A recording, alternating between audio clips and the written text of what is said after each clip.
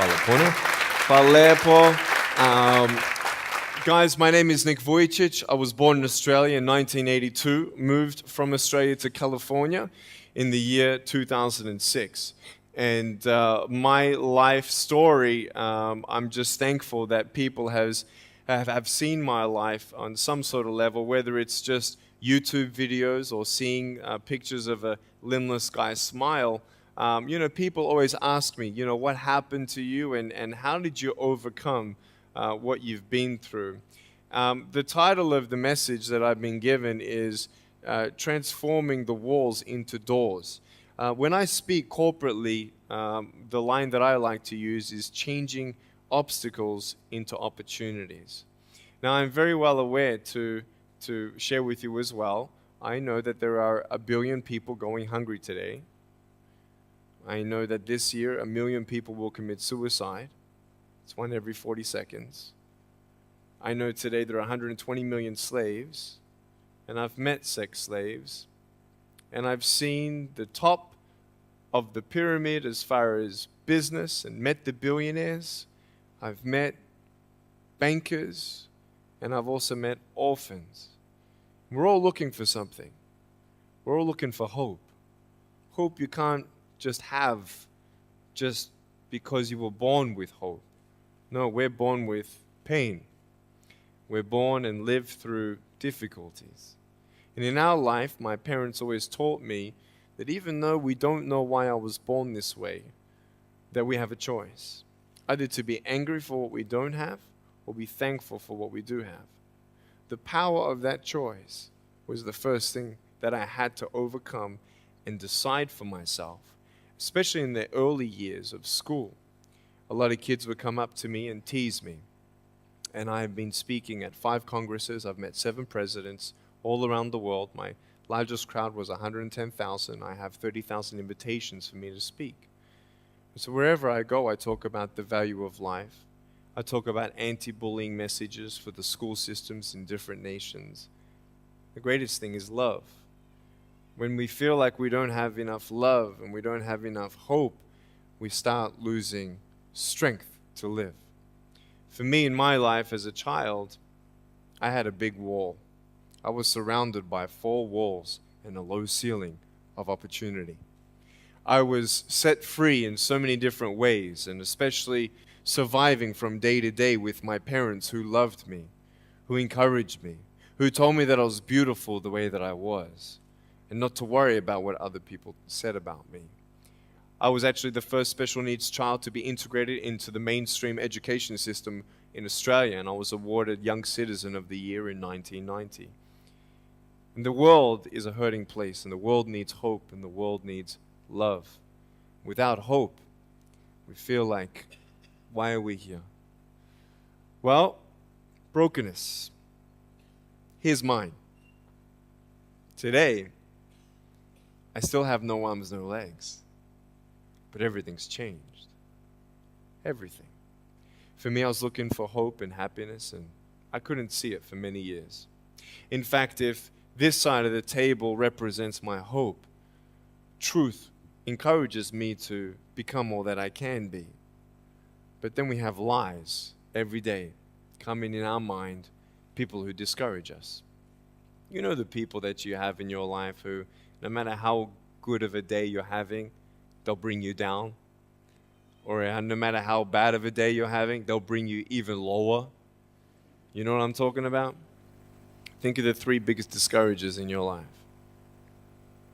They're not your biggest discouragers. You are. You are. It only takes 3 seconds for me to tell you something discouraging. But then you may never forget my words. I've met so many 50-year-old women and 40-year-old women who still remember what their fathers told them that they wish they never heard. Words are powerful. When you hear those words and then your mind starts growing with these lies. Nick, you're not good enough. Nick, just give up. Nick, you're never going to get a job. You won't get married. You can't even hold your wife's hand. What kind of a father are you going to be if you can't even pick up your kids when they're crying? You're alone. Sure, your parents hug you, but their hugs can't heal you. Just give up. Just give up. Just give up. Just give up. Just give up. At age 8, I thought that I should commit suicide. Why? Because I didn't have hope. I thought I didn't have hope. Today you can see that I had hope. What's the word? Believing in something you do not see. Faith. Words can only do so much. Hugs can do much more than words. But when hugs can't do anything, that's where faith kicks in. For me, words and hugs were not enough, but I had no faith. So I tried to give up. At age 10, tried to drown myself in 6 inches or 15 centimeters of water. In my home, I told my dad I just wanted to relax. But really, I wanted to end my life. I had enough. Dosta mi bio. Okay. The first 2 times I rolled over, I was trying to work out how much air I hold in my lungs before I let it out. And the 3rd time, in my mind, knowing that I wanted to get out of here because of the bullying in my life, because I was going to be a burden to my parents and I had nothing to look forward to, I realized at that moment that if I actually went through with committing suicide, I would leave a greater burden for my parents than they already had. So there was one thing less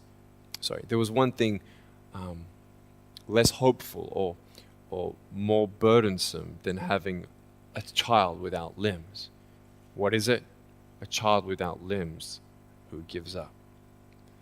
So when I saw in my mind my mum and my dad and my brother crying at my grave if I went through with it, that one thought saved me. If my parents never told me that I was beautiful the way that I was, if my parents never told me that I was special and that I was loved, I wouldn't be here today. So I encourage every single parent who tries their best to encourage their teenagers, especially in the West. Many teenagers put a do not disturb sign on their door. I'm sure, the conversations all around the world between a parent and a teenager. How was school? Fine. What'd you learn? Nothing. Did you do your homework? No. And that's the conversation for the day. And when you try to tell your children that they're beautiful, so of course I'm beautiful. I'm your son. I'm your daughter. Of course you're going to say that. But they're right. Every single human being has value, and my value is not determined on how I look or what job I have or where I'm from, where I was born, how much money. All that stuff is nothing. So many teenagers, tease each other for how we look, and I tell the teenagers, do you think that I'm cool enough to be your friend? They're like, yeah, of course. I said, but I have no arms, no legs. And they said, doesn't matter. I said, really? So it doesn't matter that I have no arms, no legs? I said, no, it doesn't matter. I said, then actually, if it doesn't matter, then why do we kill each other with our words if it actually doesn't matter? Why do we look ourselves in the mirror and see ugly instead of valuable? I want to ask you today, what are you looking for? If I gave you $1 billion, would you be happy? If you gave me $1 billion, I'd be very happy. But then if my mum dies tonight, am I happy? No. With all the money in the world, I'll never be happy. Why? Because money is something that cannot heal the soul. So many teenagers are looking for love, which love does heal the soul. Love does complete the soul. But even sex before marriage, I was a virgin before I got married. Yeah, I've got a gorgeous wife. We're pregnant with our first son. And I don't need hands to hold her hand. I only want to hold her heart. And how am I going to hug my kids? So many kids, they come up to me. It's amazing. They put their hands behind their back and hug me with their neck. And I've realized in life, even the worst parts of my life can be turned into good. And they're even more special. So many teenagers, they're looking for love. So they're going to go do this and go do that and have sex before marriage. For me, sex out of marriage is like a $5 Gucci watch. Sex within marriage and having sex with someone who loves you, who's committed to you for the rest of your life, going to be the mother or father of your kids. That's what love is. You can talk, you can sleep with as many people as you like, but never know for sure, do they love me? Love is a lifelong commitment. You see, there are choices in life, and we're looking. I want to ask you, what are you looking for? Well, if I can just get drunk, why not, man? I only live once. Well, if that's the way you believe, great. But for me, I'm a greedy man. I don't want to live for 90 years. I want to live for billions of years. And I know that every day my choices will affect this life, other people's life, and my eternal life. You got to come to the truth of knowing who you are and why you're here. William Barclay, he said, the greatest 2 days in anyone's life, the day you were born and the day you knew why. So, you're ugly. No, I'm beautiful the way that I am. And if you can't believe that for yourself, so many girls especially stay with their emotionally abusive boyfriends. Because if I break up with him, then who's going to want me? See, we all want love. That's why we do what we do sometimes. To get into the crowd, I'm going to swear, I'm going to be cool. That's what this world is. I want to look like her. If I was taller, shorter, smarter, more popular, whatever you want. It's not enough until you find the truth. I'm wonderfully and fearfully made. There's a greater purpose for my life.